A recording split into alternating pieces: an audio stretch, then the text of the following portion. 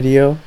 So today we're going to talk a little bit about obsidian mining, and I'll see how long that takes. If I have time after that, then we'll go take a look at my nether portal. I'm getting ready to move my nether portal up into the ceiling, and I think that's something that people should know about, is how to do that and why you do it. But before I can do that, I've got to get some obsidian. I actually already got some, but I wanted to show you guys a couple of things about mining obsidian. So these are just things that everybody should know for survival mode Minecraft. So when you start out, you know, most of us start out this way. We look for a place where we can dig a hole. We dump some water in the hole. Let's say that this block right here is obsidian, okay? We dump some water in the hole, and we go down like this. I'm just doing this for demonstration purposes, okay?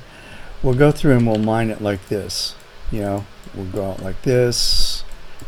And if some of us know that we can go out seven blocks out from the water source. So this is my water source block right here. So I can go 1, 2, 3, 4, 5, 6, 7 from there, and then on the 7th block I'm not going to be able to go any further. So let me show you what I mean. Let me carve out one more block here for the demo.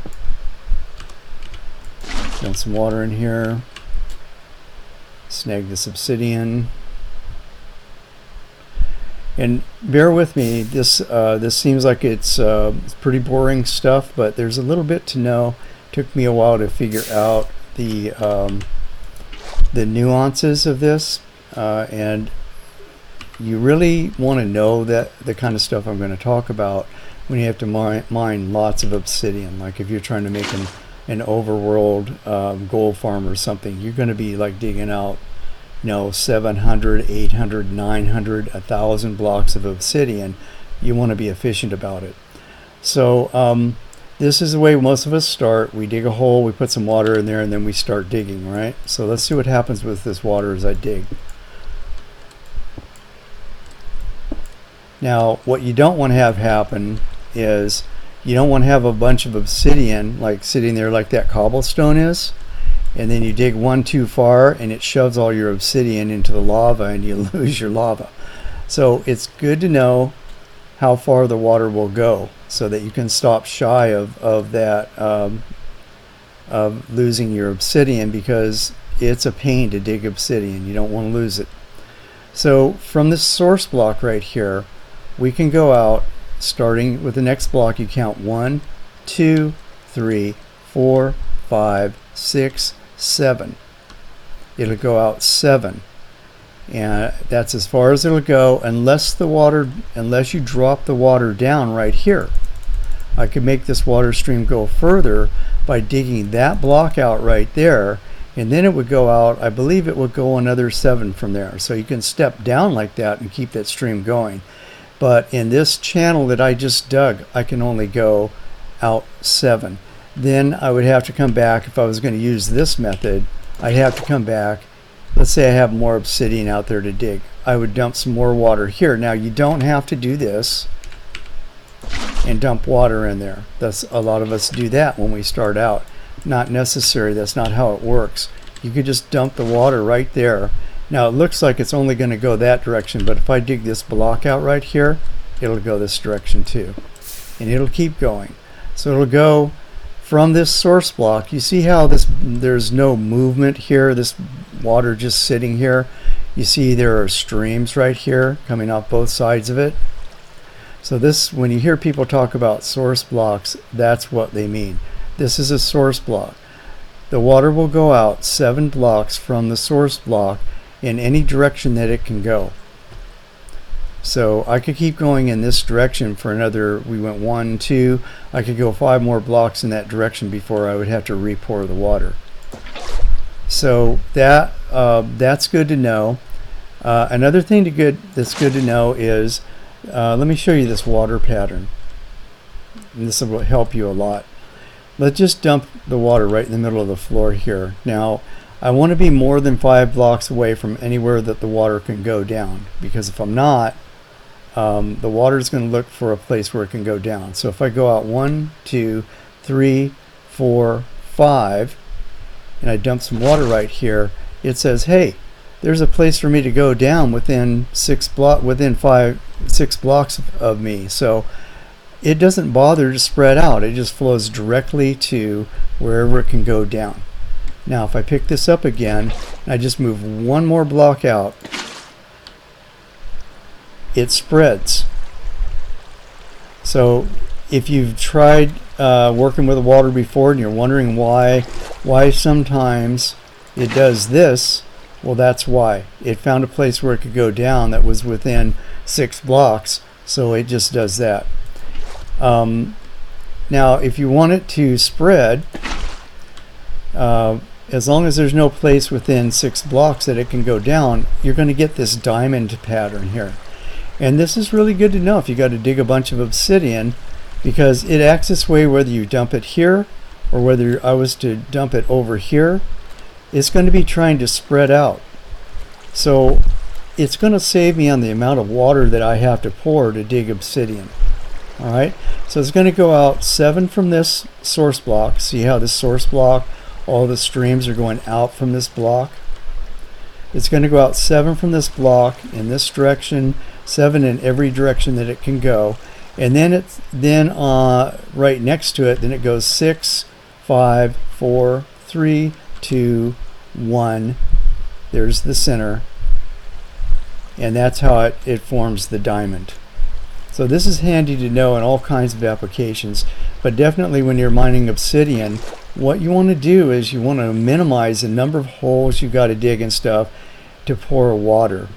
And you need to know how far the water will go, so that, let's say that I do say something like this, and I dig out a bunch of obsidian here, and then I want to dig some more. I've been in areas, this is a relatively small area, where I want to dig a lot more lava. Well, I don't want to just, I could start water right here, but I could also start it further away, because I know some of that flow is going to come back to here. So I can cut down on the amount of times I've got to fill that bucket.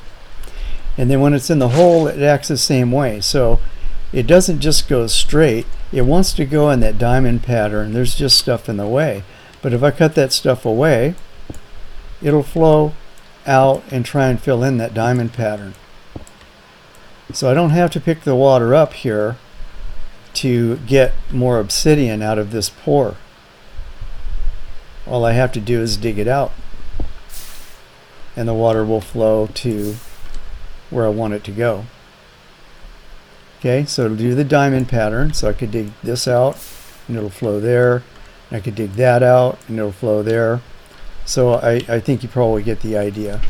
So that's the idea when you want to dig a bunch of obsidian, or any obsidian really, is you just need to understand a little bit about the water, and you want to minimize the amount of times that you have to pour water, because you want to spend most of your time digging. Okay, so I don't want to make this video too long, so I'm going to save the next video where I'm going to show you me moving my portal. I'm going to do that in the next video, because that's going to take probably 10 or 15 minutes to explain and show you. So that's it for this one. And this is just a quick model I did. This is a good idea when you're going to do a portal. Just kind of model it in some other type of block, and then you can figure out how many blocks of obsidian you're going to need to make whatever kind of portal you want to make.